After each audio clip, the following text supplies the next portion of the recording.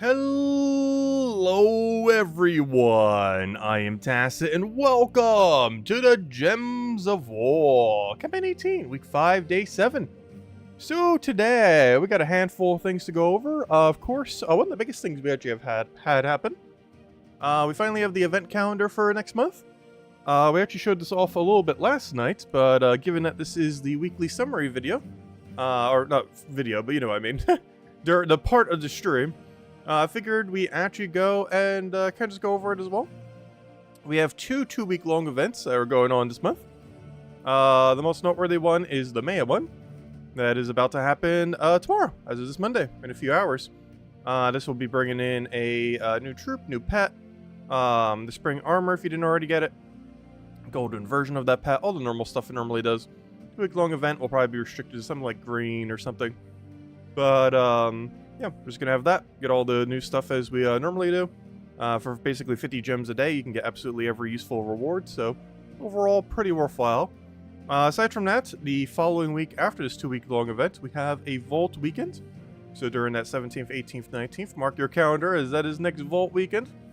Subject to change, but very likely to be to date. Speaking of very likely to be to date, the week of, what would it be? Honestly, probably that Tuesday then, is probably the most likely time this month that we would get the patch. It is not confirmed that it is this day, but it is definitely the most likely day for it to occur. It is the 14th of this month. Not confirmed, but very likely based on where every event is located. AKA, it is surrounded by events, so if there was any week to be a patch, it is probably on the 14th, though not guaranteed. And then we also have a 2-week-long event for the... Oh gosh, I forgot what this was. It was either a Kingdom Pass or... Yeah, I think it was Kingdom Pass for... Actually, Terran's Word probably says it. It's Kingdom Pass for something. I believe it was for Whitehelm? Let me just double check. Terran's Word should have it right here. So that one is the Kingdom Pass for... I can't even find the right week. Wait, what week was it again? The 20th. Underspire, Tower of Doom, Faction, Pet Rescue. Wait, it doesn't have it marked here. Wait, what event is that going to be then? It's not even marked on Terran's Road. Wait, what? Hold up. That's weird. Am I reading the wrong section? No, that's Monday. Pretty sure it normally has it marked there. It was a 2-week event of something. Hold. Wait, does this show on the other side? If I go to, like, well, what normally comes out in a Kingdom Pass, then? If I check, weapon and or the other thing...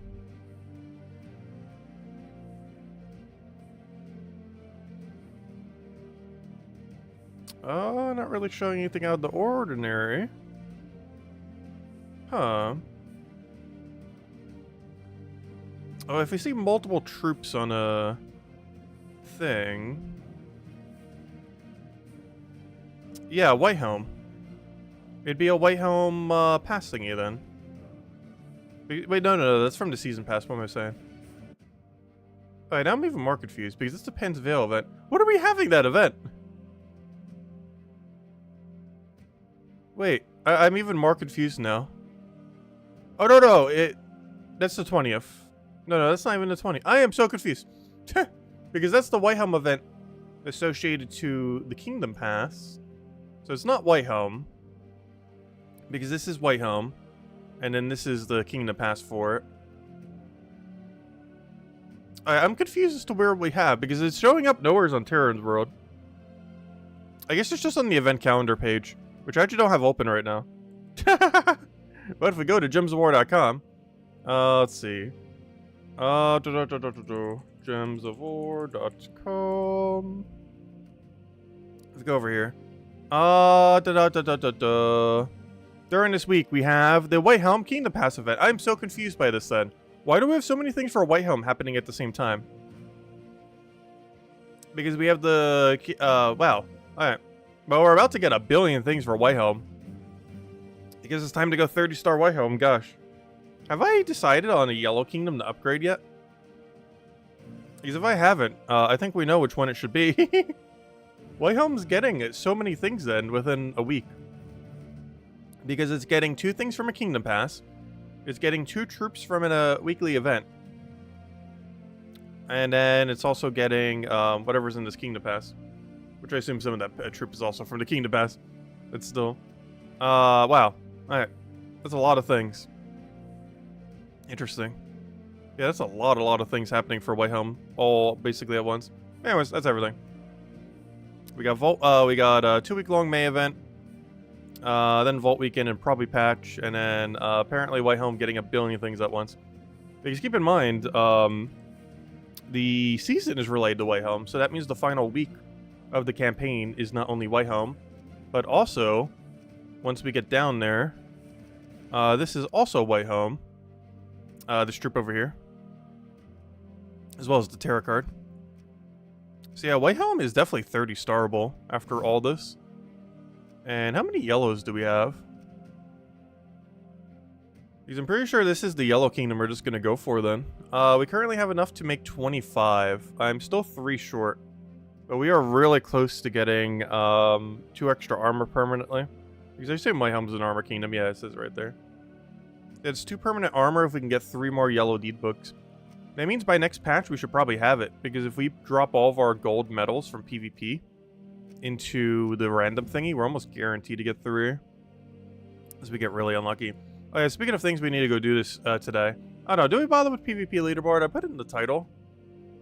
But we almost need to double our points to realistically get there. Maybe not double. We do have triple buff today. But the problem is we don't have a blood frenzy. So we'd have to do it all in Central Spire. Which I don't know, is that a bad thing? Our points per hour would be lower. But our sanity maintained would be higher. So I'm not sure how that balances out. Anyways. Alright, let's go do some things. Where should we start? Oh yeah, other spoilers. Wait, we're not done. I just went over the calendar. We still have the entire event thingy. Since we're here, might as well go and check the other one. So, Ice Cold. We're getting this guy tomorrow. He ends up dealing a bunch of damage to an enemy. And then creates 2 blue gems boosted by giant allies at a boost ratio that is not mentioned here. At a boost ratio of 2. So that means what? Then create 2 blue gems boosted by giant allies. So that means 10. Yeah, max creates 10 blue gems per hit. While doing a pokety poke. That's not awful. And he's the Pathfinder. Oh yeah, duh, because he's the Pathfinder. Wait, that's literally just the Pathfinder ability. I was gonna say, that sounds so familiar. Yeah, this is the Pathfinder ability. Which means when he's shiny, it's 11 gems and 14 mana cost. Honestly, when they're fully shinied, that's not bad. The problem is, not a lot of people will get them fully shinied. Also, some of them that exist can't even be shinied in the current state of the game. So some of them are locked at 15, 10. But at 14, 11, that's honestly not bad at all. It's just, it requires so many resources to get them there. Giant's also a pretty interesting category for this. Because, of course, there's the Giant Hero class that's 50% mana start. So as far as, like, relevant things, which is one of the reasons why that actually seemed kind of better. Giant 50% mana start's actually pretty good. There's a lot of trolls that do double very conveniently. Not to mention the brown one is actually pretty good as well. Blue one I guess you could use too. Which I guess synergizes a little bit better with this coloration. Oh no, the blue one's kind of weird color. Like the blue one does cover all colors. It's green-purple. But it doesn't really have anything good going for it other than its coloration. But I guess that's enough. There are quite a few blue giants, though I don't feel like giants have ever really been like a blue category. They were mostly blue, brown, and red, I would say. But they do use a lot of blues. I just feel like of the 3 colors they use, blue is like the weakest one. Even though it probably has the most options. I'm pretty sure blue is the weakest of the giant colors, but still pretty relevant. Aside from that, we should actually have the other guy already over here. Check it here first. So this is just the glory trip that we get for the week. It drains up to 20 mana from an enemy. And it creates a freeze gem for every 2 mana drain. That's rather interesting. We don't have too many ways to create freeze gems at the moment. And this is definitely one of the higher ways of doing so. He summons an ice storm at the start of battle too. Interesting. I almost thought that was a unique trait for a second. Like, oh, create Wait, Ice Storm. No, that's just Blue Storm, right? Song of Ice. Is that a Freeze Gemstorm? Wait. Is Ice Storm already what it's called? Or is that a, because that's really cool if it's a...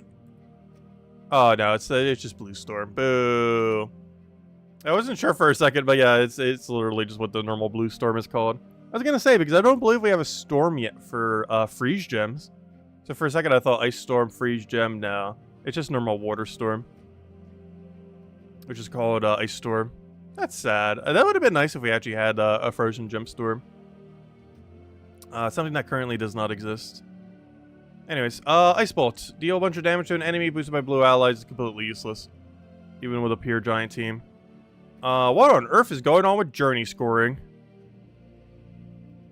Well, at least they made Journey easier. We've been looking at the data from the last few Journey events, and based on that, we are going to do some changes to the scores required for various rewards. Oh, there's a reminder to go not update our drivers. No, I actually do need to go do so today.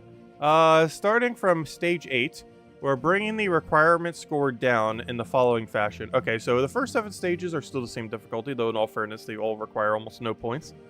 But all stages further will now require less points. Keep in mind, this does not make the Journey event easier, but it makes it so you have to do it less. So how much more, or how many less points will you have to do? You'll have to do, does it actually say here? Are you going to make us do math? Okay, fine, we'll do math. 3,000, 5,000, 10,000. That's not how math works. 5,000, wait. My brain doesn't want a brain right now. Alright, let's do maths here. 3, 5, 10, 20, 30, 40. You need 40,000 less points than before. It's not that big of a change, to be honest. It's basically just one tier. So if your guild wasn't already getting to, like, stage 15, you're not really, you know, it's... I don't know. If you were stopping right here, like, you're not getting there much quicker. But you get here, whatever I just said, like 50,000 points quicker. Let's see, 1, 2, 3, 4, 40,000. You get here 40,000 points quicker. It's like one less tier that you have to do compared to before. But if you're already stopping right here because it was taking too long, that doesn't really change much. Does he not know we are here? I know you guys are there. Welcome, welcome. Actually, I didn't say any hellos yet, did I? Welcome, welcome. I was just going through all the weekly stuff. Alright, let's see. And as they mentioned, they'll keep monitoring it. Okay. Interesting. It's not that big of a change. You know, a change. Anyways, hello everyone! Let me start from the top. Hello, Bill Warhammer. Hello, Sonny. Hello, Natastore. Hello, Bill Warhammer. Hello, Mark. Hello, Imperial. Hello, Chad. Hello, Sushi Ninja. Hello, Jose. Hello, Isabel. Hello, Abak. Let's see. How did the anniversary gold dump go? Oh, actually pretty good. We did get a mythic from it. I forgot what mythic it was. I do recall it wasn't the greatest, but we did get a mythic from it. Hello, Chad. Hello, Isabel. Hello, yeah. Hello, Mr. Jesse. Hello, Kurtley. Hello, oh yeah, Kingdom Pass pets. Oh wait, Kingdom Pass, duh. Wait, why did I think it was true? I'm not sure why. When I was thinking Kingdom Pass, I was thinking like the 2-week thingy that they do. Where they add like a tarot card and everything else. But yeah, duh, it's just the 4 pet thing, isn't it?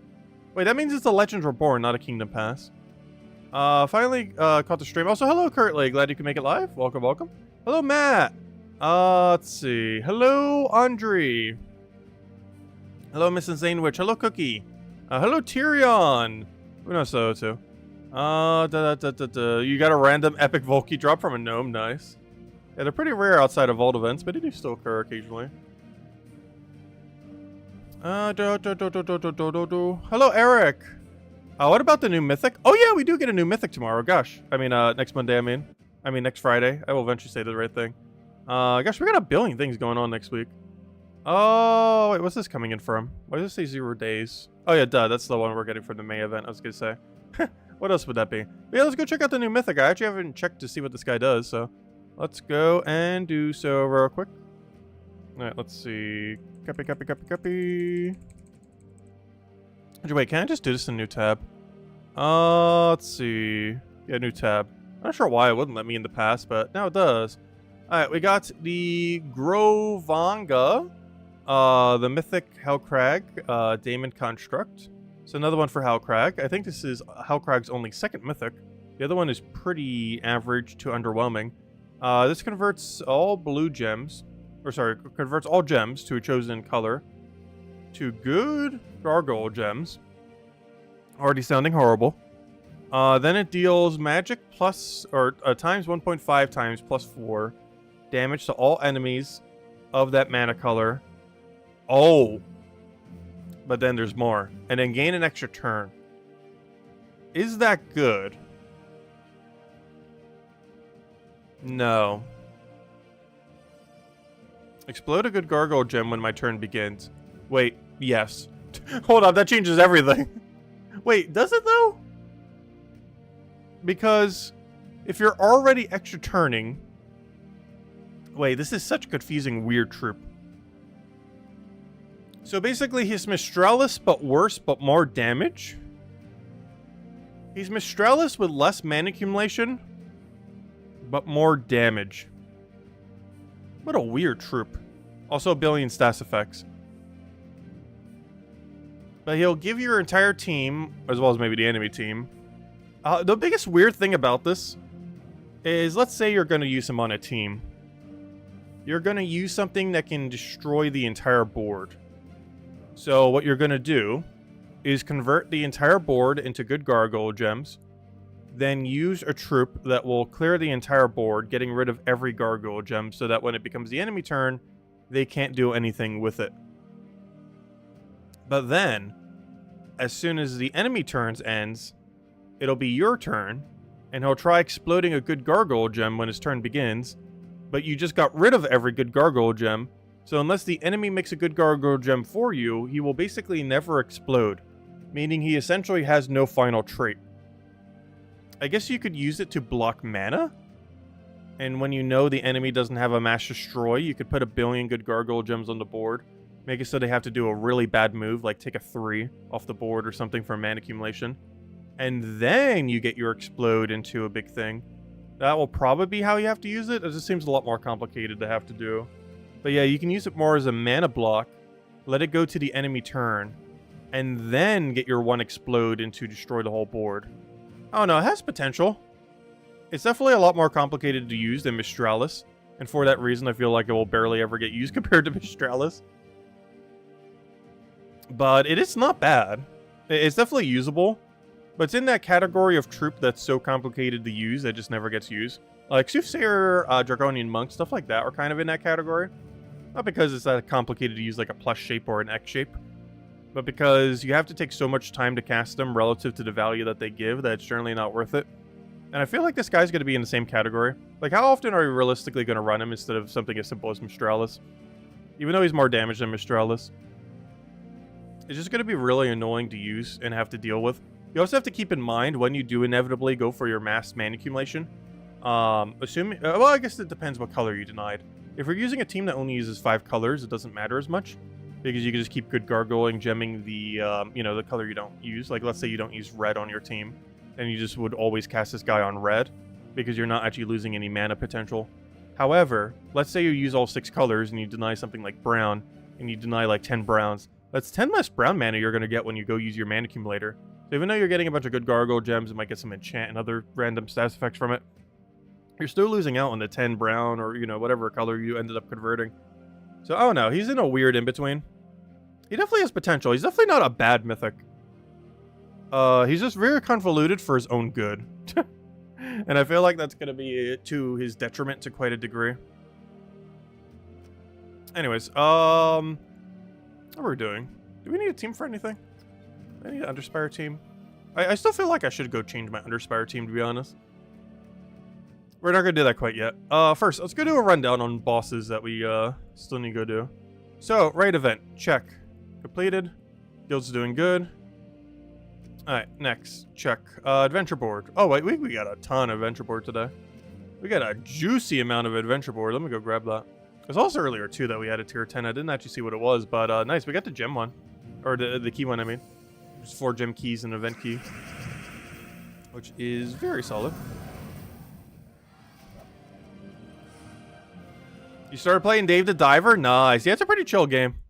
I still never revisited it ever since they did the DLC and everything. Because I mostly played it during the beta. Then I revisited it a little bit afterwards when they had full released. Like, you know, when they did like the 1.0 patch. But I haven't really done it much since then. Since then, they've done like a whole free DLC and another expansion. They've like double expanded the game since I last played it. So I might have to revisit that at some point. Because they added a lot more content. They did it once during the Game Awards, and they did it again at some other point soon after. And I believe they were both free expansions as well. They weren't even like paid thingies. How was Played Up yesterday? Pretty good. I actually played it for about as long as we streamed it today. Off stream. Oh no, should we go stream it? Should we stream solo Played Up before we do it again this Saturday? Because I was actually playing it some off stream. Just in the single player. I'm not sure if that's as interesting to watch as doing 3 to 4 player co-op though. But yeah, the solo does balance to a single person, which makes sense. I sure hope it would. I still have not completed a run though. So yeah, I guess we'll go stream it. Maybe this Tuesday? Because I won't be able to tomorrow. I need to double check. I don't think I'm doing anything this Tuesday. What's this Tuesday, date-wise? The 30th? Yeah, I'm not doing anything this Tuesday. Actually, I forgot the 30th even exists this month. Yeah, maybe this Tuesday we'll go do it then. I say Wednesday, but I'm pretty sure I'm celebrating my mom's birthday that day. I'm not sure because Thursday we're both going to pretty much be busy. And that's the actual day of her birthday. So I actually don't know yet what day it'll be. But either Tuesday or Wednesday we'll go stream solo Played Up, I guess. And then this Saturday we'll do co-op again. And by that point, I think we'll finish like everything within that game, probably. Let's see. But I didn't play for that long, just for a couple hours. I mostly just wanted to test if single player actually could be done solo. Which makes sense that it can. It'd be kind of weird if it couldn't. I just wasn't sure if it's one of those co-op games where it kind of like greatly encourages you to only play co-op. But no, it does have a proper single player mode. Also, you know what time it is. It's time to play Guess That Door. And we'll hand out an extra code if we get it. Which reminds me, if we do get this correct, I need to go and get more codes. Because I only have one on my code thingy today. Though I do have like 40-something ready to go. I already got next month's code, so not too big a deal. It's time to play. I can't type. Let's see. Guess That Door. There we go. 4, 5, or 6. Let's see. 4, 5, and the 6. All right, start poll. There you guys go. We'll hand out 2 codes if we get it correct, or 1 if we don't. And if we do get 2, I need to go scrap together some codes because I only have 1 left on the copy-paste bin. No, I do have plenty. I have like 40-something codes right now. I just haven't cracked open next month's codes yet. Also, hello, Logic Slayer. Sorry I didn't say hello. Also, hello, Maximus. Welcome, welcome. Also, hello, Body. Welcome, welcome.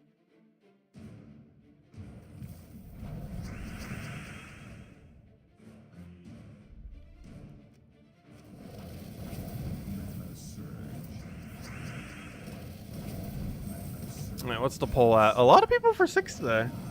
And I've seen a lot of 4s in chat. But 6 seems to be the overwhelming majority. Let's see. Oh, yeah, 4's in dead last. Oh, poor 4. We'll let a few more votes roll in. Alright, before we go do this, what else can we do real quick? Before we go clear it out. We did that. What do we even have left then? We almost have nothing left. The only thing left are Underspire, the dungeon we're about to finish, and then PvP. The Underspire and PvP is going to take forever. Even though it's not that much left that we have to do, the 2 things we have left take a very long time. Like, I almost have to double how much PvP we've done this week if we're actually going to, like, fully secure the gold medals. And the other thing is, which is way higher priority for now. Underspire. We gotta go claim our double gold from the final section. I also forgot to go do the silver this week on the other thing. Accidentally didn't double the silver. It's not that big a deal, though. The gold one's definitely more important. Especially now that we have a bit of a surplus on silver. So not too big a deal. As gold is definitely our big bottleneck, as it generally would be, of course. Anyways, alright, what's the poll at? It's so overwhelmingly 6, I think we have to go for it. That is a very, very high concentration of 6. Alright, 6. Oh, it's Curse Trap. It was 4. It was 4! No! I knew it. Should have 4'd. Oh well, we'll still have the 1 code in a little bit. Unfortunate.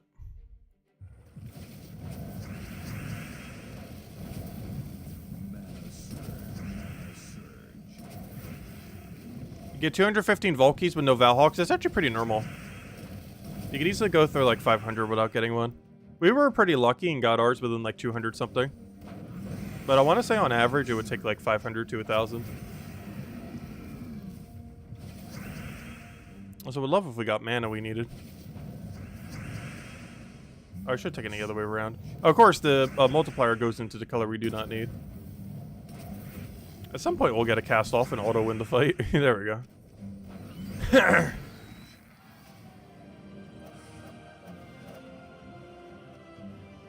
And we might as well just grab the other one for no reason.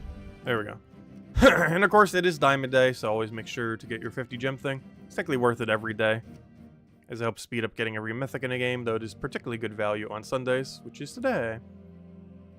Anyways, alright, we did that. Alright, 2 things left. Let's go do Underspire finally. Alright, we have changed up our team a little bit just to make it slightly more diverse. We went from a single Tagraki team to a double Tagraki team to now a triple Tagraki team. I am using a slightly worse mana accumulation weapon just to make sure if things go badly. We will have a backup resummon that's actually consistent. So that's the reason we're using this weird weapon. Even though it's actually weaker than other alternatives, it is substantially safer.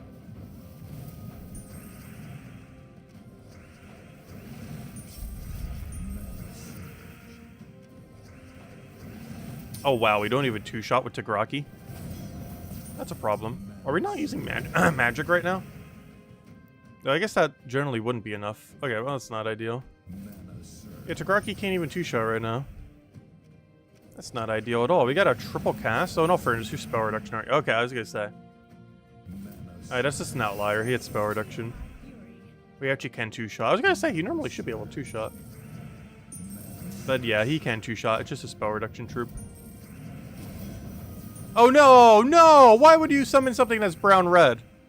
Out of all the colors you could do, out of every single rogue in the game, you go for one that is the exact color that blocks us. Wonderful.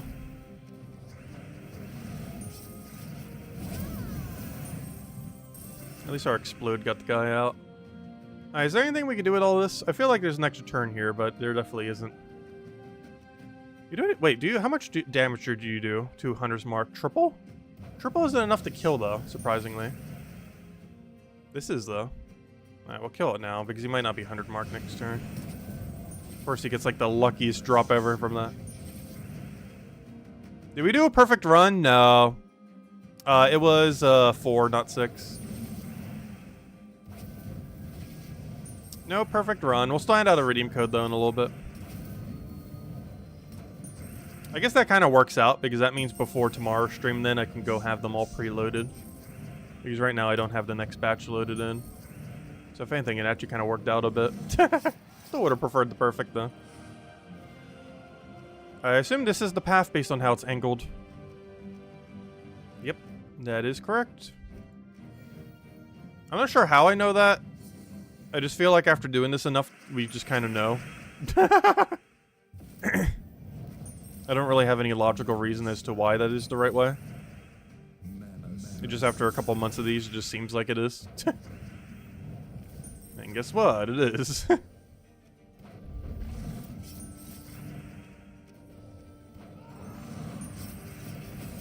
There's like weird ways that they like to path.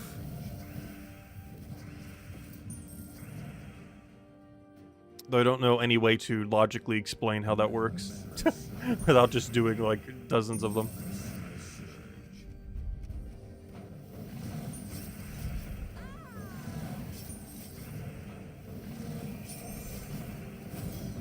Oh no, he got a barrier, but then we got a small poke, so it's like he never got barrier to begin with.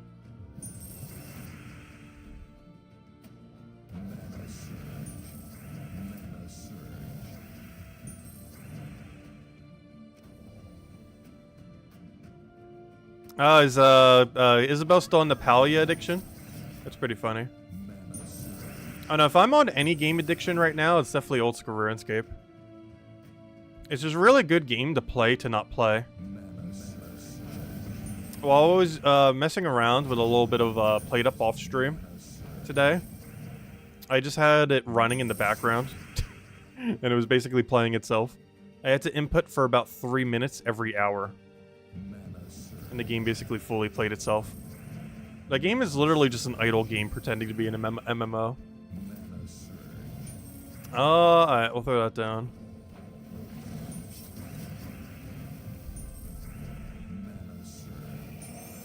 You got a dupe Sentinel? No! Yeah, that can happen. It really shouldn't be a thing. Out of every single thing that should have dupe protection that doesn't, I would say that's probably like the highest priority of things they should add dupe protection on. There is no reason you should get repeat Underspire troops prior to getting all of them once.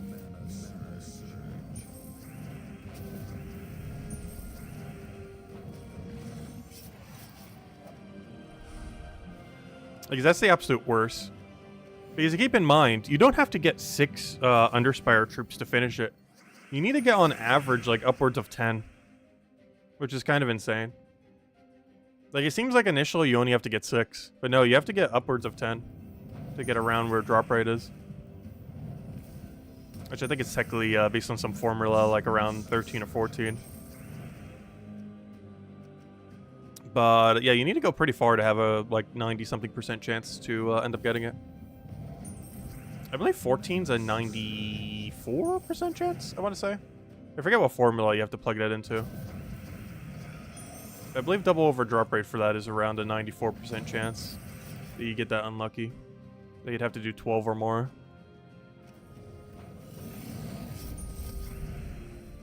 Which is double the grind of, you know, 6.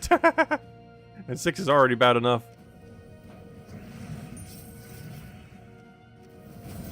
Out of everything that has had a bad drop rate in recent times, I personally feel like Underspire is the main one that should go get changed. Like, the Dragon Eggs, like, they're a bad system. But they're kind of the expected system at this point for Dragon Eggs. But I feel like Underspire, it's still not too late to go just completely overhaul how they work. As far as drop rate is concerned. Like, I don't feel like they'll do the same ever for Dragon Eggs, but I feel like it's really realistic they could still do it for Underspire.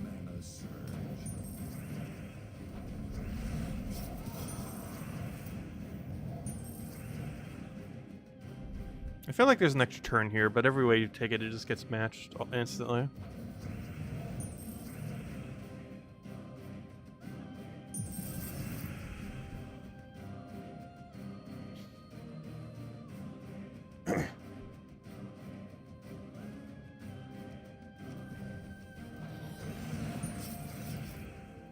Today opened 14 treasure rooms with no sentinels. Well, its drop rate is, it's like 1.5% to like something. I forget the exact rate. It's like 1.5 to 2 or 1.5 to 2.5 based on rarity. I forget the exact scaling on it. Which means on average you need upwards of 50. You need like 50 to, what, 65? 70? 70-ish? There's like 50 to 70 Underspire rooms. And based on their actual percent chances, it's closer to like 60 to 70 Underspire rooms per Sentinel. So every time you take a dead end room, you would have to do about 60 to 70 of them to get a Sentinel. Which is why it feels like there's so many in between. Or, you know, so it's just such a long time. Because how many are you realistically taking in a week? Like maybe 10-ish, give or take a bit. Depends how you go about everything and what you end up getting. But if you get about 10 a week, that means you're only getting one every 2 months, basically. Which is why we've gone like 3.5 months without getting one. Because on average, you're only really getting one every 2 months. Like closer to like a month and a half. It really just depends how many dead end rooms and everything you're getting. As well as the rarity of those dead end rooms. But realistically, it is only one a month. I mean, one every 2 months, I mean. Which means it's only 6 a year. Which means it's on average at least a 2-year grind.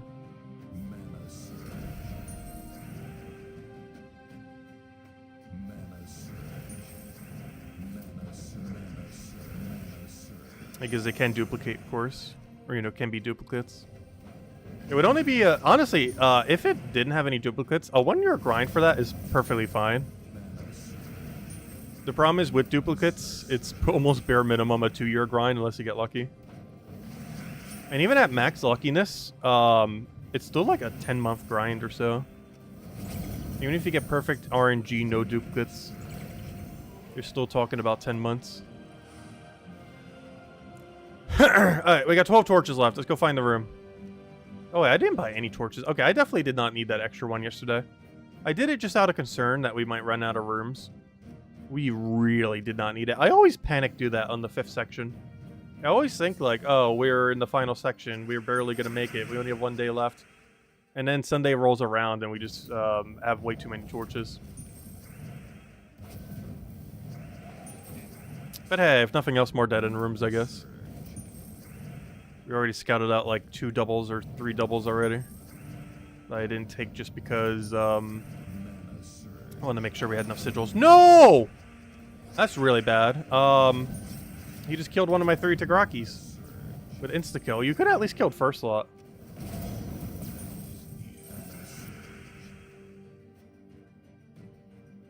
Let's see. What do I have a need here?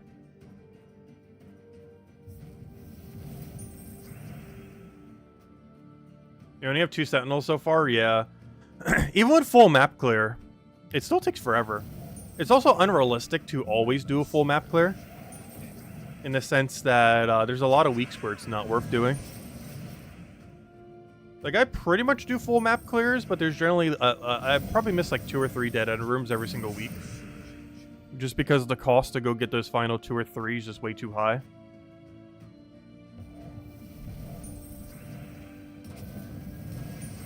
Because not every single week has the same, like, room total layout. Some weeks will be less rooms than others. So the actual cost associated to full scouting can vary.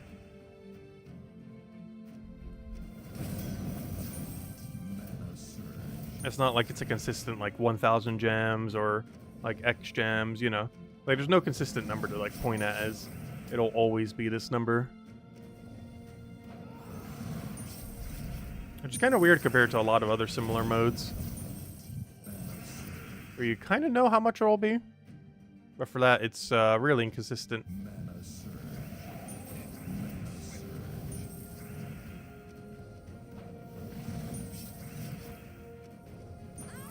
Oh, nice. We just got 7% insta-kill off of Rising Shadow.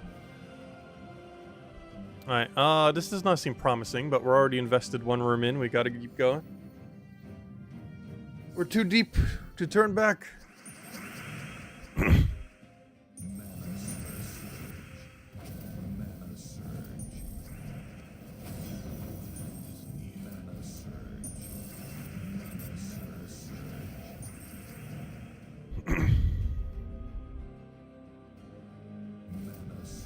Oh, you know what I gotten back into today? Because I'm getting tired of normal bottled water. And I've been trying to cut back on sodas now that I've been drinking sodas again this year. After doing like a whole year without soda. I've been trying different alkaline waters. Have you guys ever tried them before? What's your favorite one? I'm slowly getting up in price. The only problem is some of them get really expensive for what they are. That's probably worth it. I've had them quite a few times in the past. It's just the cost to benefit ratio I'm just not sure is worth it a lot of times. Because some of them get pretty pricey. Let's see. Especially for something that is ultimately at the end of the day just water. Obviously slightly better water, but still water.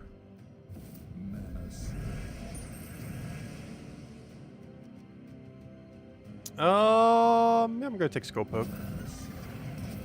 Oh, he actually got to live. Barely. Well, he got to live for a second there.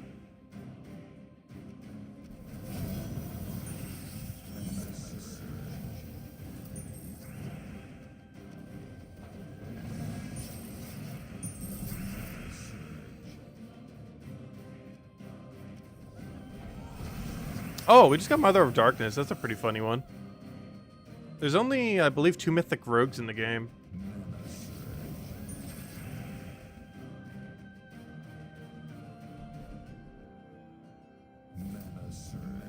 Oh, we actually got to secure a kill here. She got to do something. Problem, though, we don't use any purples on the team, so she didn't really get to do that much value from her thing. Oh, there's another problem, too. She full blocks us on mana. Oh, no. Wait, that's actually even more problematic. Wait. I actually can't Tagaraki it at all. Wait, are you spending 1,850 every week to full scout? Oh, wow. Yeah, that's why I stop around 1,000. You save like several hundred gems each week. Because I normally spend under 1,000 a week. This week was a little bit higher because I did go a little bit further into yesterday. Let's see, how much would it have been this week? Because we'll throw down a 50. Which means I overspent by 50. But that means we ultimately spend whatever 150 times 7 plus 50 is. Which is, I spent 1,100 this week, a little bit over.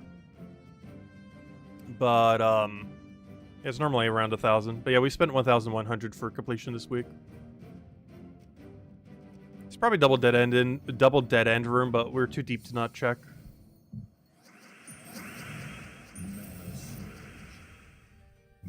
But yeah, it gets really expensive because if you want the last few dead end rooms, you have to spend an extra like 500 a week or so.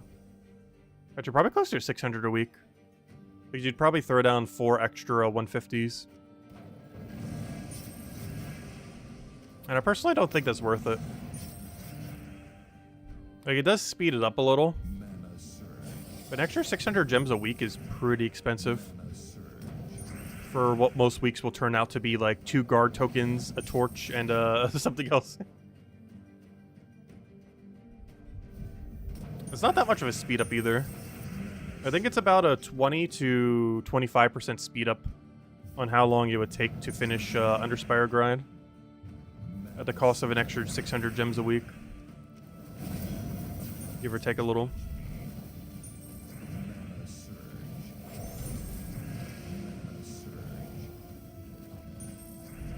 Not to mention the extra time that it takes every week.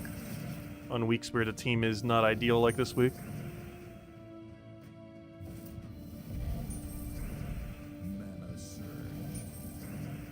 It really comes down to what you wish to do with it.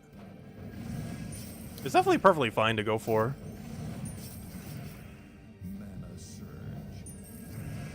It's definitely not like a complete waste of gems. But you definitely have to be at a position where you have a lot of excess gems for it to be worth it. Like, you definitely have to be starting from a position of tens of thousands of gems before you would even consider doing that.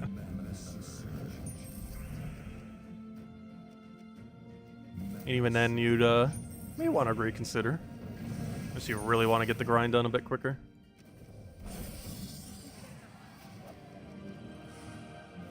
Ooh. Double single path? Hey, I guess we weren't deep enough yet, were we? Alright, this actually is the way. One of these has a good chance of being it.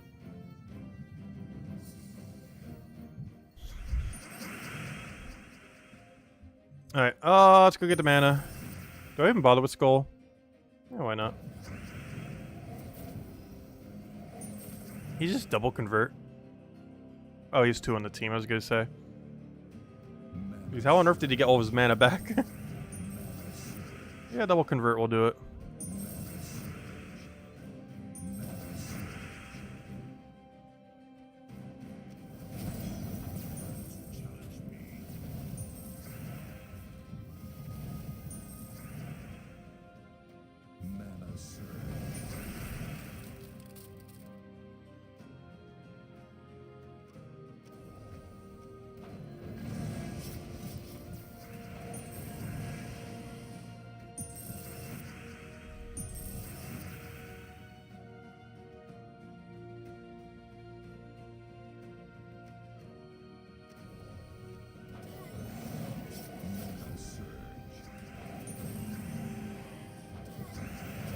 Yeah, it's always good to never go under like 10,000 gems. I try to do it with 20,000 these days, even though recently I've kind of been doing it with 30,000. But I would advise always at every point, once you get to that point, staying over 10,000 gems once you get to 10,000 gems. It's good just in case a random patch ever comes around that just consumes a ton of gems. To always have a surplus just in case you ever need it.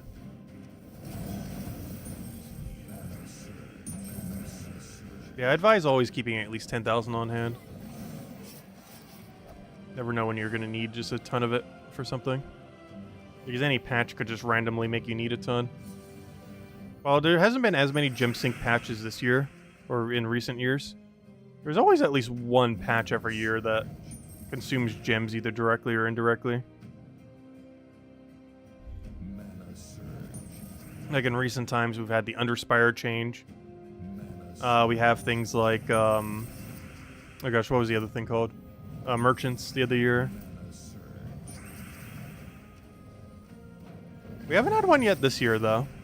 Nothing this year has really sunk gems at all. That's mostly because they've all been PvP reworks, and PvP has no gem sync related to it.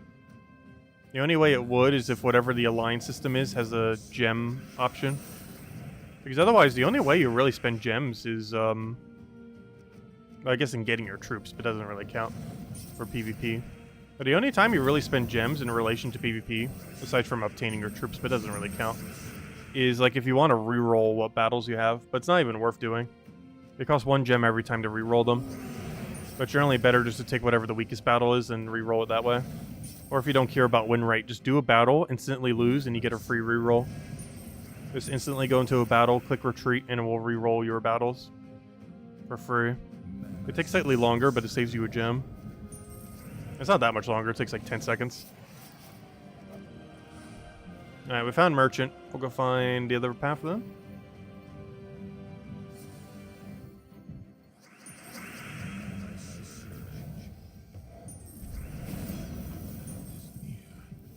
I really hate final section Underspire. I do feel like its scales is slightly too high relative to what the average kingdom has to use against it.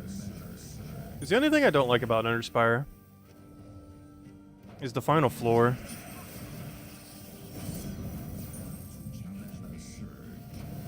It has just always felt like it has had slightly too many stats.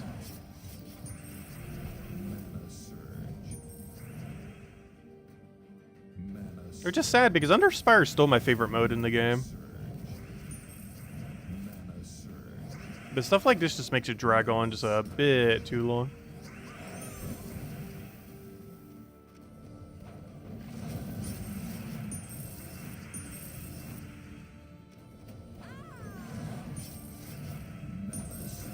Catch you later, Mr. Sandwich. Have a good night. Honestly, I'm not sure if I'm going to do the PvP grind. I'm still going to do the PvP daily today, of which we kind of need a triple buff. I don't know, maybe I will later tonight, because we're going to have the buff for like 5 hours. That's basically until reset time. Actually, that quite literally is until reset time. So maybe sometime later tonight I'll be like, yeah, I'll go do it.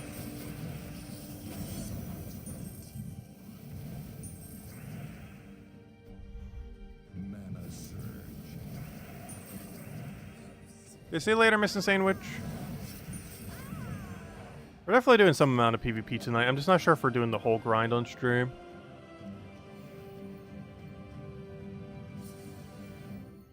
Because that's going to be like an hour and a half of PvP. And I'm actually a bit hungry right now. I did not really have a proper dinner. I had like a really, really big lunch. But did not have dinner yet.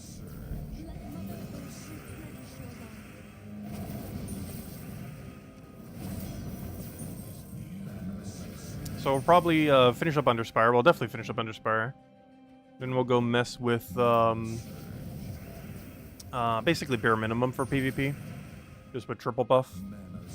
So it'll take us a little bit longer to get the triple buff going. And then off stream later tonight, I'll just do whatever amount of PvP. And hopefully that'll be enough to make a leaderboard. I kind of want to make sure I secure it within my own bracket.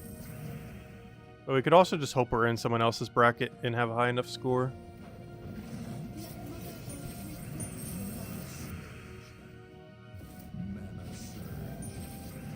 But it's not too bad if we try doing for our own bracket. It's just unfortunate we don't have a Blood Frenzy, as it will take slightly longer. But in all fairness, we, out of annoyance, probably would have just went to that area anyways. Just to not have to deal with the Blood Frenzy. However, our Blood Frenzy is more VP per hour. Even if you're losing like 30% of your battles, it is still more VP per hour than running normal.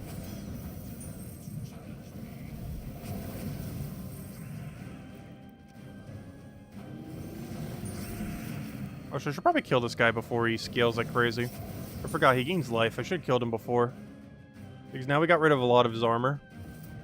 And now he's going to be like near invincible given how this team distributes damage.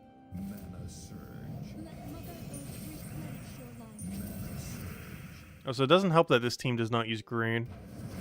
Also, it doesn't help that I'm just getting rid of all his armor.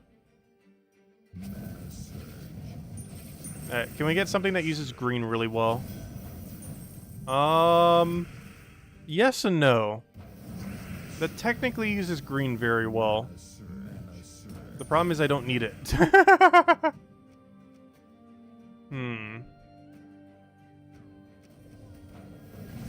That's not quite the green troop we were looking for. Also, of course you webbed the wrong one.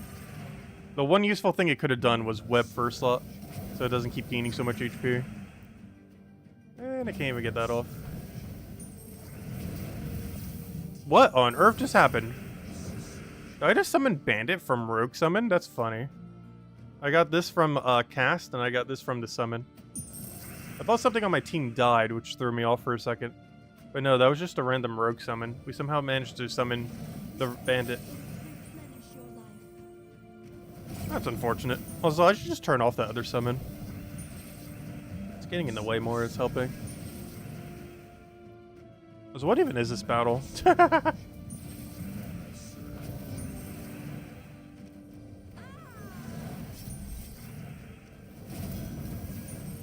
that thing technically uses green, but once again, not a particularly good one. Like, it's not a bad troop, it's just not a damaging troop. Also, that's what I meant with the bandit thing earlier. I really should have killed this first. I forgot how tanky these things are. Especially when your team can't do anything. I haven't really bothered using these troops as, like, team building, but they honestly aren't that bad. They're very situational. And obviously obtaining them is more annoying than anything. I definitely wouldn't want to show, like, team builds necessarily with them in the sense that a lot of people don't have them. Like, there's almost no one in the game that has all of them. So if I do one, let's say, for, like, a purple build, you know, a lot of people aren't going to specifically have the purple one. But yeah, we've reached a weird situation where he can actually heal quicker than I can damage him. Not quite, but it's almost getting to that point. Where he can nearly out-heal us. We got him to a full bleed stack, though. With only one bleed at a time. On something not even known for bleeding. Which is kind of funny. But also doesn't help us too much. Especially if he cleanses it off after like 2 turns. Just like tarot cards. Tarot cards are actually pretty easy to get in the current state of the game, I would say. If you power grind Vault events, you can get every tarot card within 2 Vault events. Which is 2 months.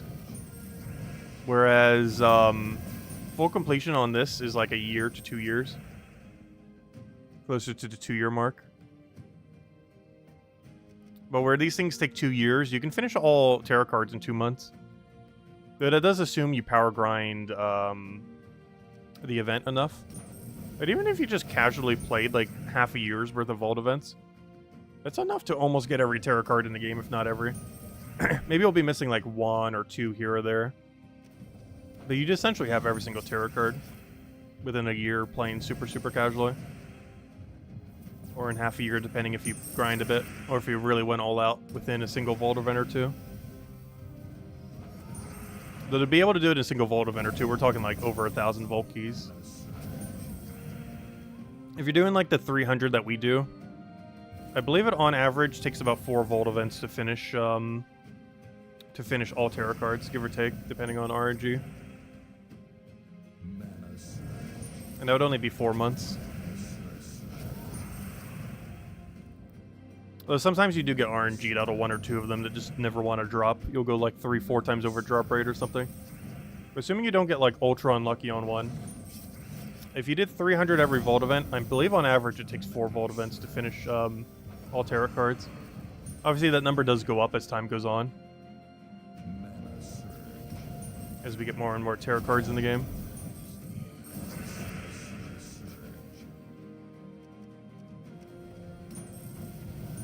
And that should be matched. What on earth was that fight? Okay, if we ever have to fight him again, kill the thing first. Because wow, is that annoying. And we get nothing. Alright, let's go take the other path.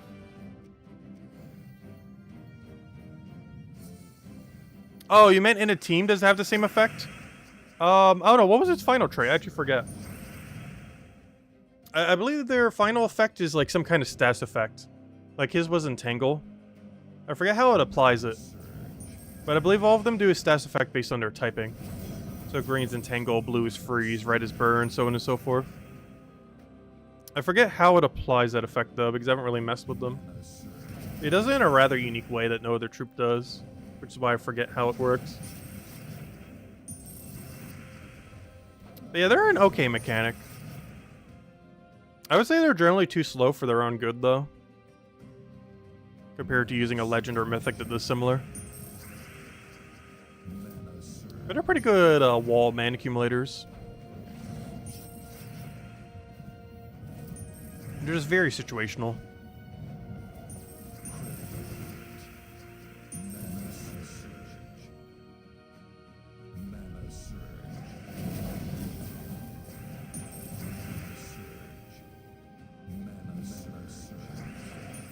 Actually, their biggest use case is probably for Underspire events, if I would have to say. Rather ironically, because you need to play Underspire to get them for Underspire. But I guess that kind of makes sense that they'd be good for Underspire. Because Guild War troops were supposed to be good for Guild War, but pretty much never were. But Underspire troops actually are good for Underspire. If your kingdom that you're doing an Underspire for, you don't have better options for, but you have the Underspire troop, the Underspire troop can be a main component of your team. It's just that's really rare to happen with how low their drop rate is.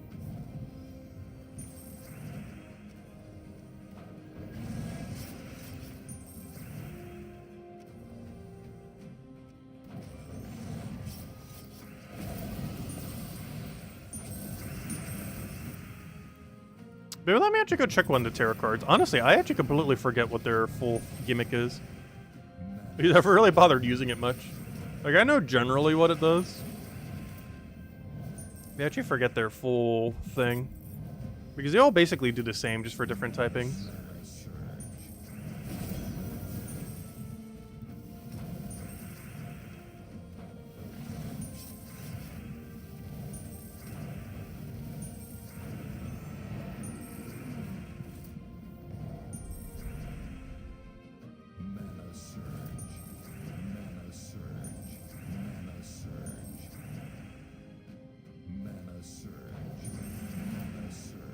At some point, we'll be able to do, like, 1 damage to them. There we go. No! No! Why? Why? Why would you do such a thing? What even just happened? He just got the mana egg into a resummon. Into what's going to be a 25% revive. Oh, you don't have 25% revive on death? Never mind, this is normal egg. You do have resummon on cast, though. You basically, like, just restarted the fight.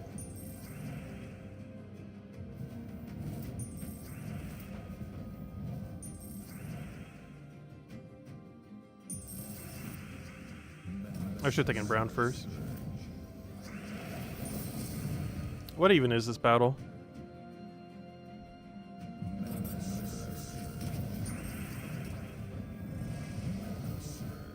He's quite literally back to a full team. It's a really weak full team. But he's gone from a whole team that was dead to a whole team that's alive.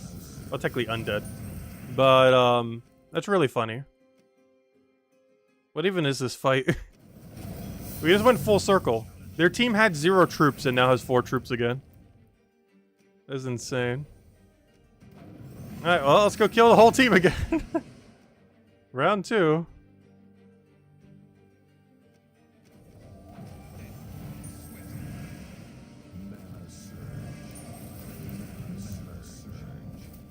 Do you have double poke? No, only one enemy.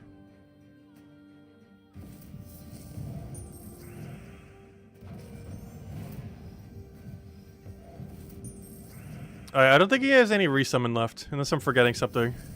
Oh yeah, this guy has a 50% chance on death. Oh, and he has summon on cast. Hold, wait, he has a billion summons? I forgot. I always remember him as the true damage guy. I kind of keep forgetting he has a billion and a half resummon. Thank you, finally. 7% insta-kill coming in. Alright, I was about to go do something. Oh yeah, the Sentinel troops. Tributes ready. Might as well just get to them through unowned. But yeah, they explode a column, which is an okay amount of mana accumulation for 13. It's not a lot, which is one of the reasons why they're not really used as a mana accumulation option. Because that's a really low extra turn chance.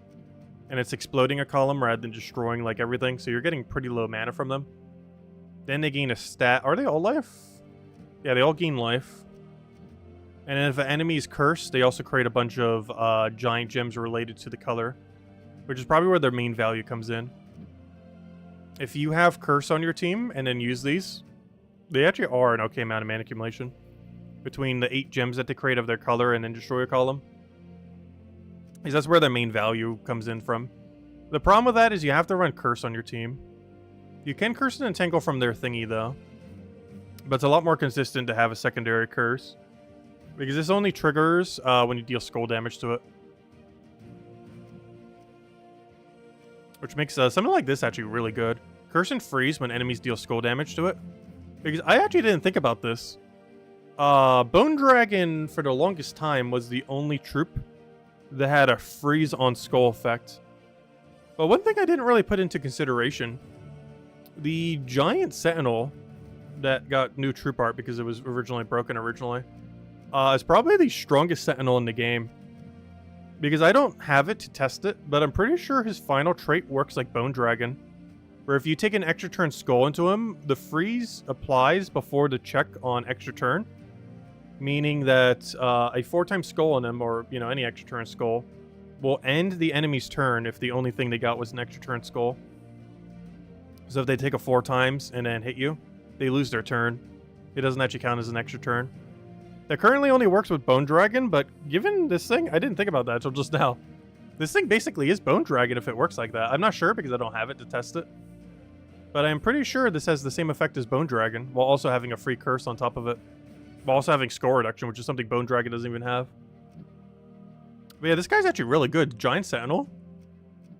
There's a lot of potential moving forward. The problem is getting the RNG to actually get him. But yeah, out of all 60 Sentinels, assuming that works like Bone Dragon, this is easily hands down the strongest Sentinel in the game. By quite a margin. Assuming that works exactly like how Bone Dragon does. Especially if it applies the curse before the freeze. Which I'm not quite sure. If it does freeze curse or curse freeze. But if it does do curse freeze, that's even more broken. Because not only is it basically like Bone Dragon, but it also bypasses Impervious and Insulated and other freeze immunes. But that's actually kind of insanely good, assuming it does everything correctly. Like, if it does everything as optimally as you think it would, that's actually the most broken Sentinel in the game by a mile. Assuming it curses before it freezes, and assuming it freezes before it checks for extra turn, then that is actually, like, a meta troop for countering skull spam teams. It'd be one of the strongest skull spam counters in the entire game. Whereas the other Sentinels are just, like, average utility troops. They're not bad, but that one's actually, like, absurdly good. Assuming it works like that. But I can't test it because I don't have it. But anyways, let's keep doing Underspire. Still got a little ways to go. So I didn't even buy the initial torches yet. Let me go do that. Alright, let's keep going. But yeah, we're definitely not going to do too much PvP tonight. I'll use a triple buff. And then later tonight, I'll go finish it out. And hopefully tomorrow we'll find out we get 1 billion gold marks. I am tempted just to not go all the way and save the buffs for tomorrow, though. I would still have to double buff tonight, though, in order to be able to get max Sentinels.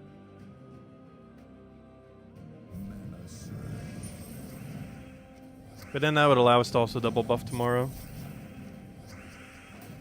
You can either triple buff tonight and single buff tomorrow, or double buff tonight and double buff tomorrow. Honestly, I'm pretty sure it's better if we just double.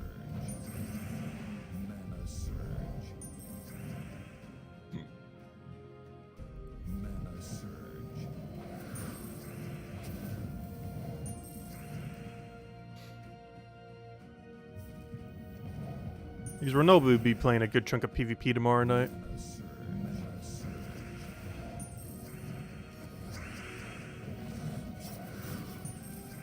Once again, that summon honestly gets more in the way than it actually helps.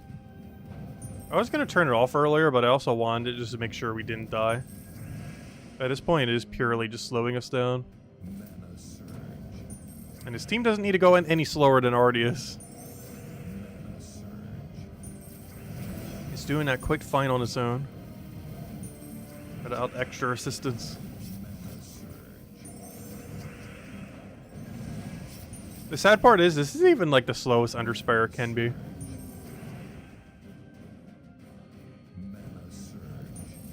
Like, Jagaraki is actually good at scaling. It just two-shots anything it touches. Which in normal context of the game is not good. But in the context of Underspire, that's not horrible.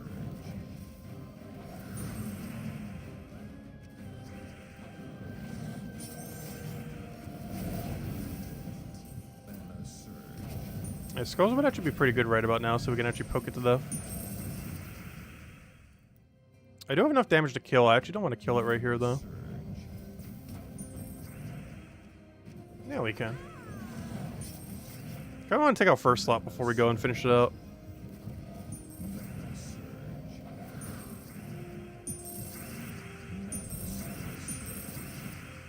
Ooh. I am actually going for Takaraki here. I'd rather have that than the skull value.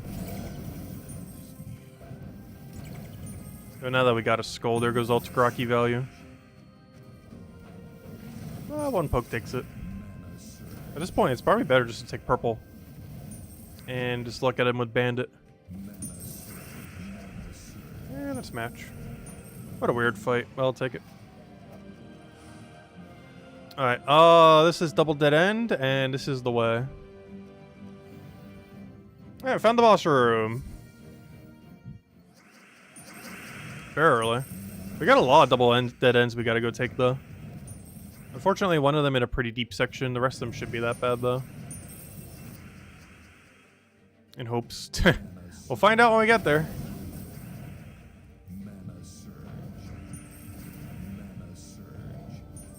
Oddly enough, it's actually beneficial to kill our first Tagaraki with skulls. Oh no, that's why I was trying to kill that first. He just got 4 times barrier. What's our counter to that? I guess I just cast my weapon. It only gets rid of like 2 of them, right? Yeah, it only gets rid of 2. Last slot and first slot. Well, I guess that's the way we're distributing damage the rest of this battle.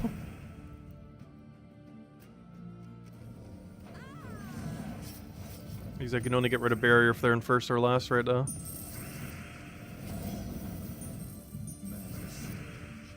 I don't want to waste a turn just to get rid of barrier.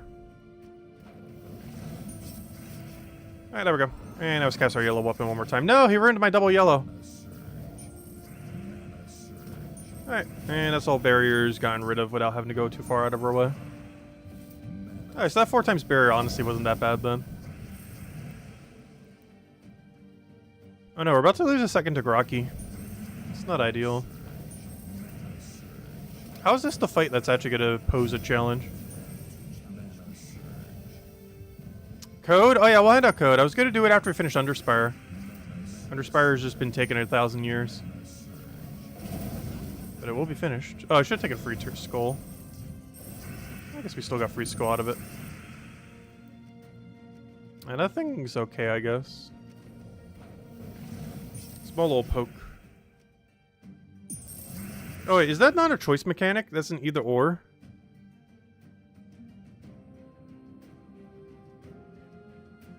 Oh, no. That's your choice. No, it's not. Wait. I'm always confused because some of them are worded a bit differently, but no, I don't think that's a choice mechanic. I think that one was slightly before the choice mechanic. And I'll find out when we cast it.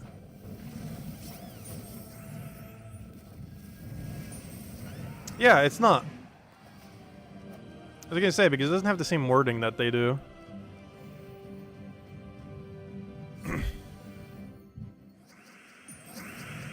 And after we finish Underspire, we still gotta go do PvP. Oh gosh. Yeah, we're definitely not gonna stream all the way until we make leaderboard. We'd be here till midnight. Well, not literally, but we'd be here till like 11 something.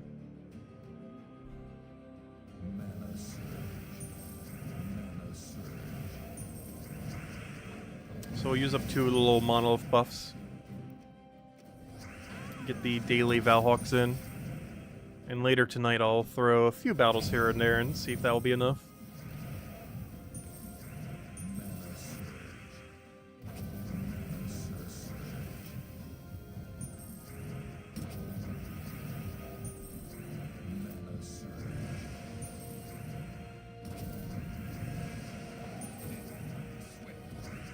Oops, he has double stealthy. I did not mean to use that on first slot.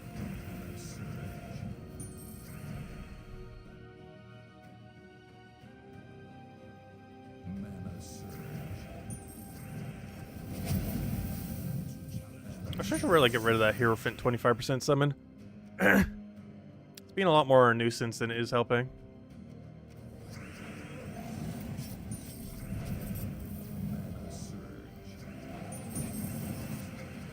Oh no, we only have 1 Tagraki left. Whatever shall we do? No, it keeps creating Hierophants I don't need. We're getting too lucky with our resummons, which is very unlucky.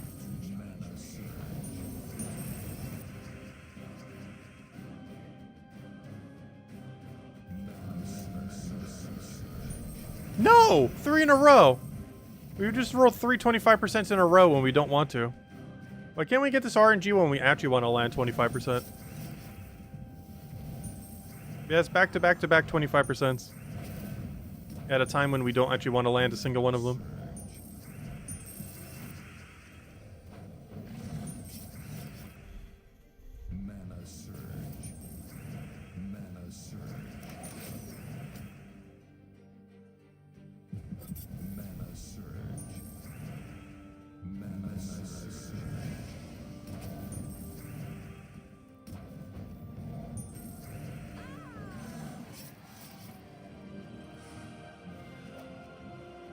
There we go. Do not forget to use Lantern on this one. Honestly, I almost want to carry Submerge. No, if we just kill Rubrath immediately, we should be fine. Because we have to keep in mind, Rubrath actually can kill you now in this fight. But if you just kill him immediately, it fixes that issue. Which is exactly what we shall do. Which is good because we get to deny one of his colors, actually 2 of his colors while doing so. He uses brown and red. Is double Tagraki enough? Sure looks like it. Because he doesn't have spell reduction like the Celestial Dragons. He only has really high spell reduction with 0% spell reduction.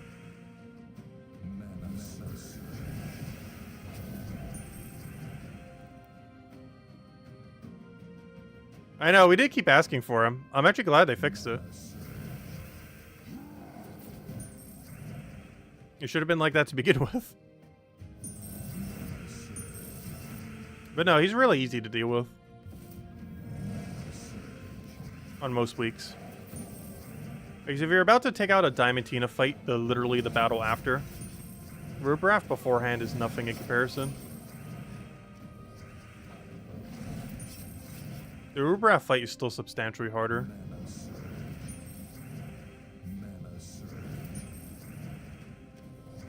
I mean the Diamantina fight, not the Rubrath. So you're gonna have to do it regardless, if he was there or not.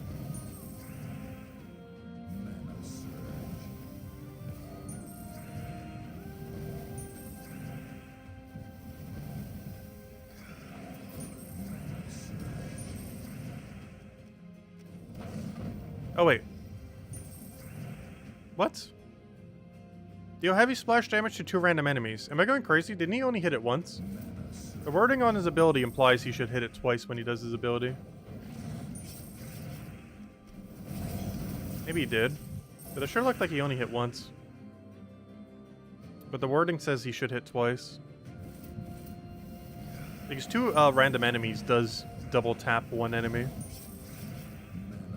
Like something like first 2 enemies would not. Because an enemy can't be both the first and second troop. But something like 2 random enemies can double tap a single unit. Or at least it's supposed to. Looked like his didn't for a second there. Maybe it did and I just didn't notice. But there we go, double gold mark. We did not forget to use it on the good one.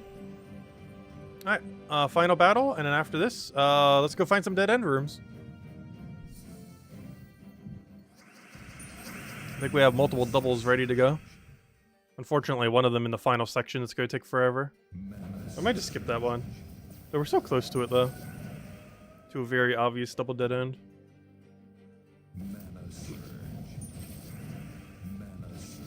When will I be doing code? I'll be handing out code after Underspire. I just wasn't expecting Underspire to take 1,000 years. Which basically means after this fight, we'll go hand it out.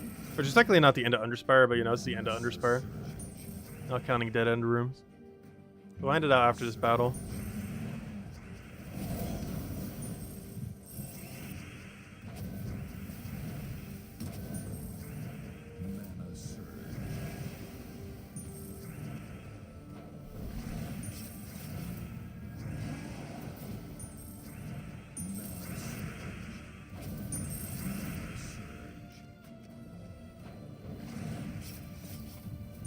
Unfortunately, I'm having to keep alive the guy that has 50% score reduction.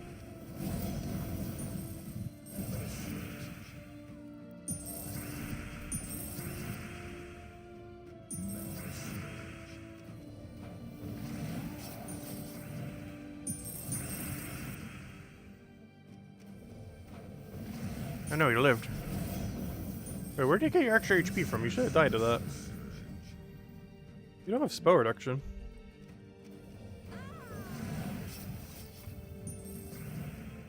And yes, as Sani mentioned, definitely for free leave like on the stream. Helps a lot and is greatly appreciated. After this battle, we'll go hand out the code. And then after that, we'll go do the dead end rooms in Underspire, and then we'll go do basically daily for PvP. And then later tonight, I'll grind whatever points we still need.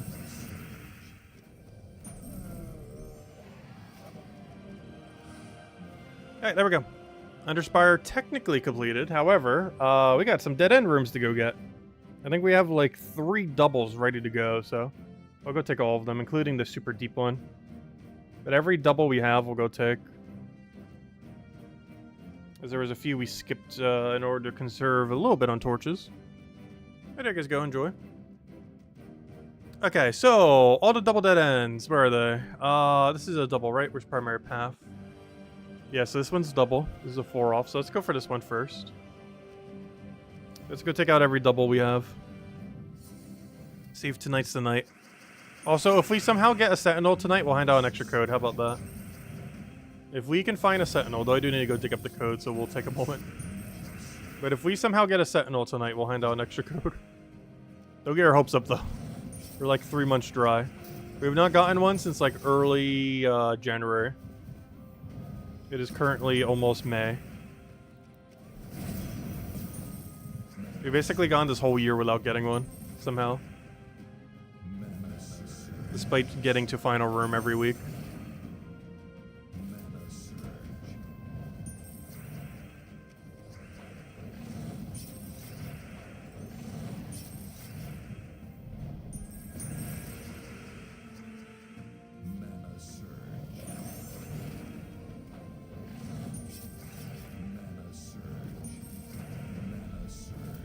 You still have 0? Oh gosh.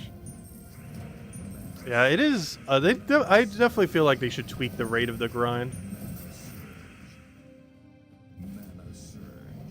Like, I think for an average newer player, the Underspire grind is closer to like 3 to 4 years. Because you need to already be at a point where you have surplus of gems. And then on top of that, it can still take 2 years. So we're talking like 3 years minimum for a new player on average. It's just such an unrealistic grind. Even with all the resources... Oh gosh, why? Even with all the resources in the world, it's still absurd.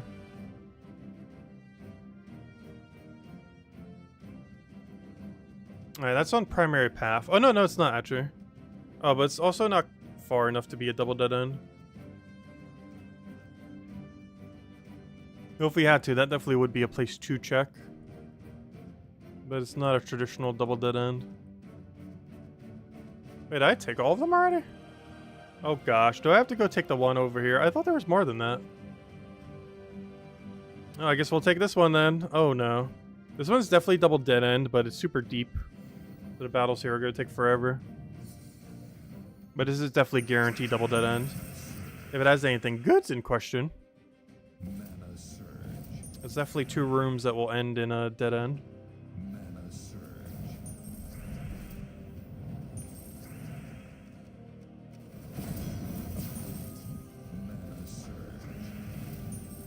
We definitely gotta get rid of his resummoner first. It's not much of a resummoner, but he still does have summon nonetheless. His last slot, that is. Watch him actually land insta-kill here. Oh, never mind, that's not the guy that does insta-kill. I was thinking of a different troop. He's random true damage poke. I was thinking of the other thing from the kingdom that does like 20-30% insta-kill per attack, depending on how many purples are on the board. But no, that's just the guy that pokes you for true damage.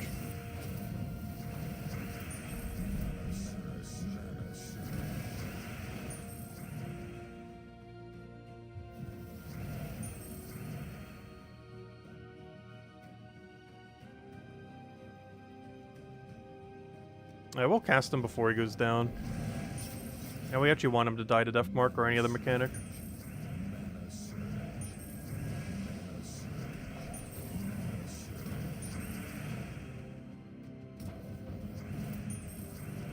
Watch, he's gonna die as soon as he gets full mana. Oh no, hey, he actually got to live. Yeah, we got a bleed kill. Oh! Is today the day? I think it's only like a 2% chance, but hey. Or does it go up to 2.5? I forget how it scales. It's like slightly better than a 1 in 50 chance we get a Sentinel here. Come on. Honestly, Mythic Room should honestly have a way higher rate. Mythic Room should be like a 1 in 10 for them or something. Watch. Place your bets now. What are we going to get? My bet is we're going to get like 5 trinkets. I'm trying to think of like the worst things we can get here. But whatever it is, I know for sure it'll be disappointing. It'll be the most disappointing thing we see all night. Will be whatever the drop is here. 2 torches? No, it gives you better than that. It gives you like 4 or 5 torches. They wouldn't just give you 2 torches. But that's basically equally as bad. It would technically save me 100 gems, though. This is one of the few times when torches, while horrible, would not be the worst thing ever. They definitely do not give us torches.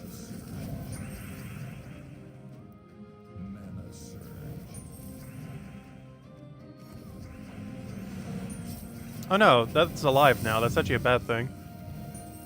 I actually kind of need that to die.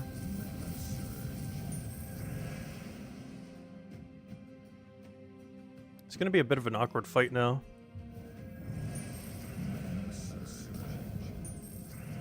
As long as we deny its purple, it shouldn't really be that big a deal though. As long as we don't let it start to populate the board with giant gems. He shouldn't really ever get to the point where he gets out of control. Nice, double skull. Unfortunately, that didn't actually get any on double damage. But there we go. Alright, moment of truth. This is probably the last good chest we'll get all night. Actually, might be the last one we go for. Because we only have 1 torch left, and I would have to buy another tier to get anywhere else. 5 diamonds! Why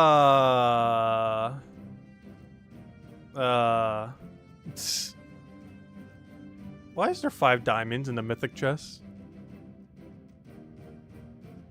Alright, well, that's Underspire. 5 diamonds. Alright, anyways, let's go do our double buff PvP and we'll get a little bit of score. That's a bit of a miss. Just slightly, completely. Alright, let's go get some buffs. Am I gonna bother for yellow? Why do I just keep skipping yellow this week? Isn't yellow, like, pretty free?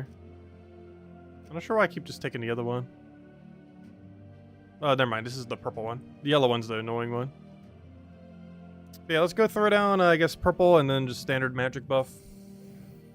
And then we'll just do central until we get 3 Valhawks. And then I'll grind it a little bit more when I feel up to it later tonight after I grab some dinner. One thing that's kind of funny that I never thought about. Has anyone actually tried this yet? I've never bothered because I generally don't play like right at reset time.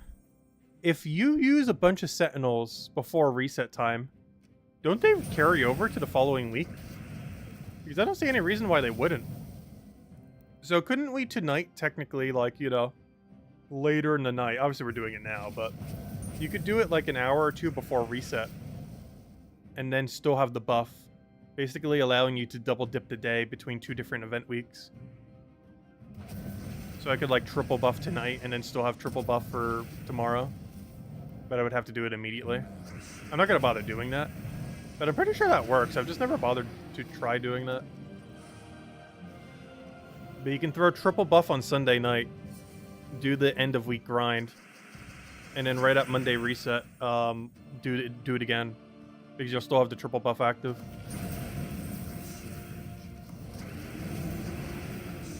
I've never bothered doing that, but it would be a pretty good strategy. Nor are we tonight.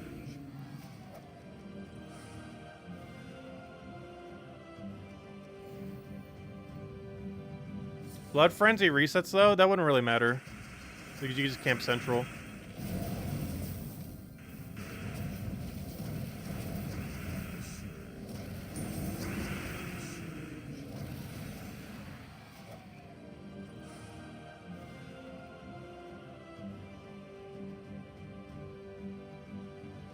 The buffs work through reset and you get the 3 hawks? Oh, so you can actually quad buff then.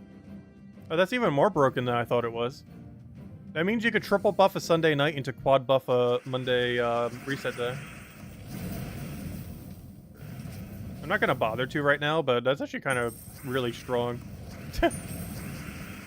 Because that would be a free quad buff then.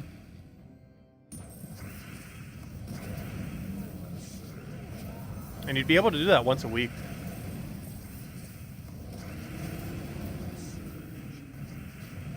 Which is exactly how many you need it.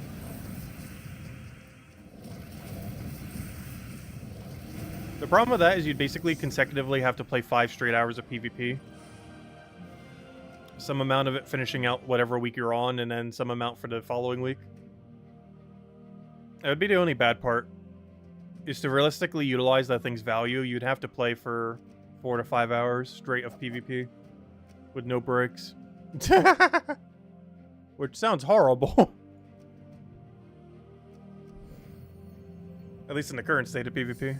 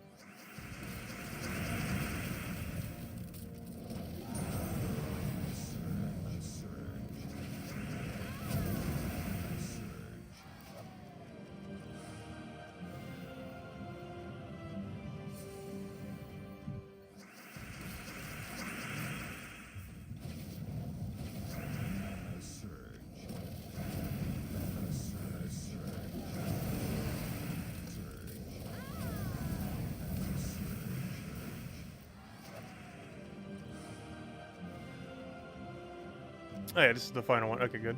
I was like, well, why do we still have another one? But yeah, I didn't do the other battle, did I? Alright, and I'll just do Central until we get our Valhawks. And then later tonight I'll do a little more.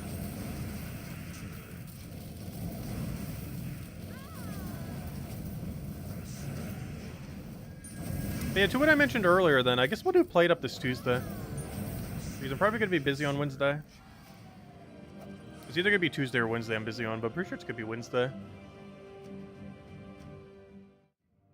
So we'll do that this Tuesday then. But anyways, let's go do our Central.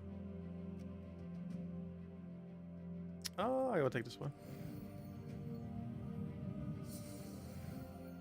But it should be a lot of fun. Honestly, I've been enjoying the game. I tried it for a few hours earlier today solo. And honestly, I almost like solo more than group. Mostly because you can't blame anyone else in solo. Because anything that you do is your own fault.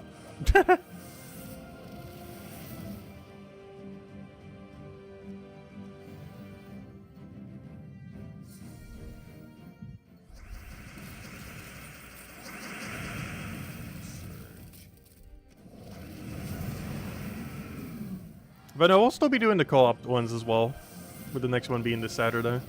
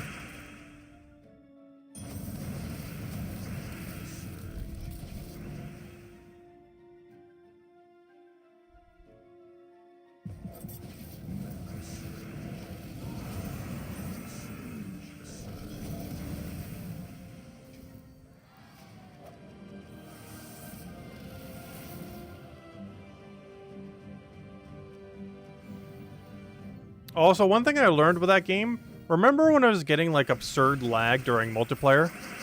It wasn't actually internet lag or connection lag.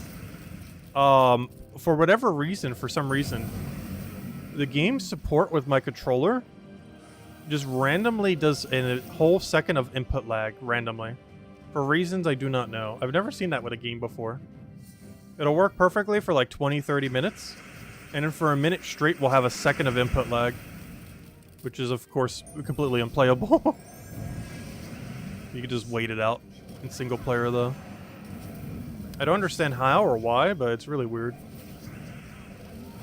It also makes me want to try to learn how to play the game on keyboard and mouse. Because that shouldn't input lag at all.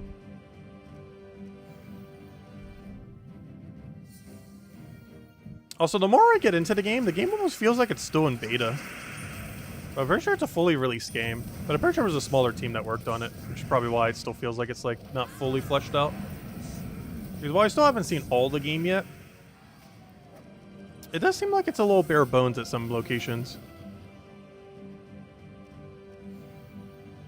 I think the biggest issue I have with the game as far as like how a run normally goes, I'm pretty sure there's like an endless mode where it doesn't feel like that as much. But I feel like each run starts with way too limited of a menu in that game. Like the average cooking sim game, you're serving at least like, you know, 4 or 5 different things. Whereas in that game, you generally don't ever get more than a few. Unless I guess you go like super deep into like an endless mode or something.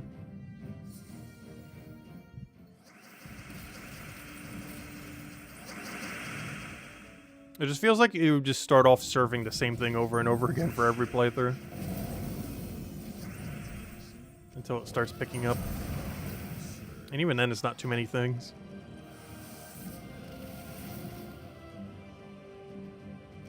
Did we even get a single Valhawk yet? No. That seems like our luck. This sounds pretty on brand.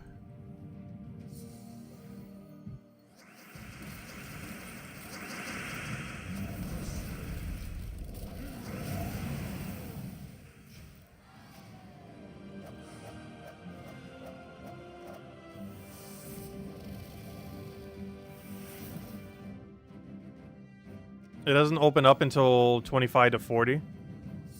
Level 25 to 40 or day 25 to 40?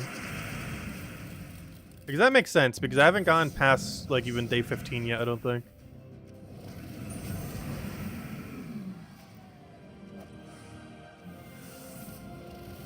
Though I haven't gotten to the point where I can get the extra life thingy. If I had one of those extra life thingies, I feel like the run would be auto-win. Because it's normally one congestion all the way near the end of a day that ends up getting it. Or as if there was an extra life buffer, it feels like it would always go past that.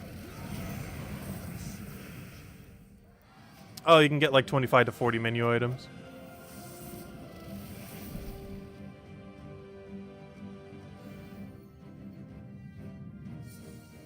I don't know, did I start with coffee only? I'm pretty sure I started with steak. I think it might be random which one you had. Because I didn't do a coffee run until like my 6th run. And I was doing it because I thought maybe it'd be an easy win. But what ended up happening is I got fish after. And because I got fish after without having any good plate setups, the plates ended up killing me. Because you went the whole run without needing a good plate setup or dishwashing setup or anything similar. And then I kept not getting anything that would help it with all of my random rolls. So plates ended up killing me. Which is kind of unfortunate that it can do that. Like I had like a plateless establishment. And then it went all in plates.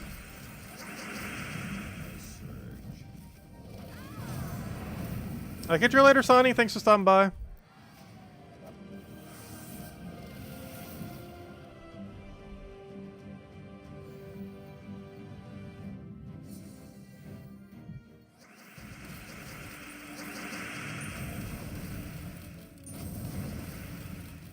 Yeah, when we're streaming on Tuesday, our goal of that stream is to get a win.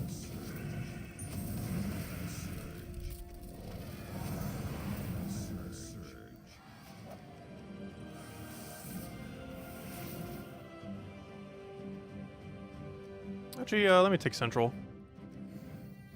As much as I generally hate this insta-kill team, it is so much easier than Stellarix. Not that this team is bad, Stellarix is just that strong. It's mostly the spell reduction on Stellarix that's actually the biggest concern a lot of times. Because as you see, we basically just killed them all instantly. Whereas you can't do that with Stellarix, it's going to survive at least a hit. Not that that didn't, but you know, it'll really survive a single hit. With 55% reduction.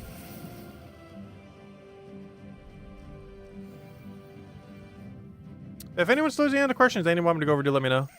Because once we get one more of these little guys, we'll probably call it for tonight. I will also be grinding a bit off stream after I grab a bite to eat, though.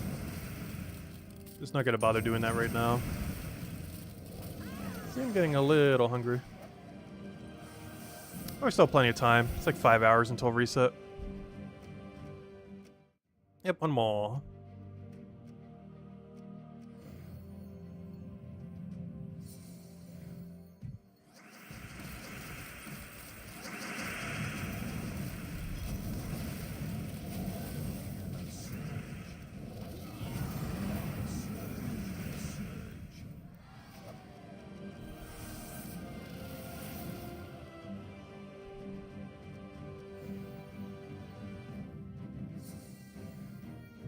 There it is. We got it.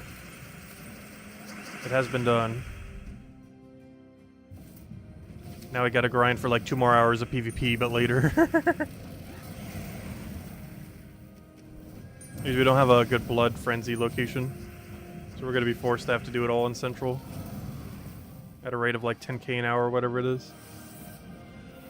And if I want to ensure we get top bracket, we bare minimum would have to do what?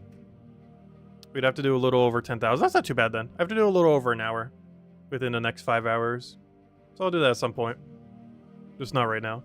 Because we're not streaming for another hour right now. The customer blocking was hilarious. Oh yeah, Isabel was doing that a ton. It was pretty funny. But yeah, we'll continue that this Saturday and do like a solo stream for it this Tuesday. And then we'll be pretty close to finishing the game based on how much content I think is in the game. I'm not sure. Maybe like a third co-op after that, we'll see. Well, that'll be pretty close to everything in that game. as far as like basic completion, or even just 100% completion. Because most 100% goals don't seem too hard. But anyways, guys, I hope you all have a wonderful rest of your week. I will catch you guys soon. We'll be back tomorrow night, same time as always, 8 p.m. Eastern Standard Time. 2 hours prior to now tomorrow. Aside from that, what other thing did I want to go mention? Oh yeah, we'll have the Monday video up. There's quite a few things to go over. And we'll go from there. Goodbye, everyone. And thanks for watching.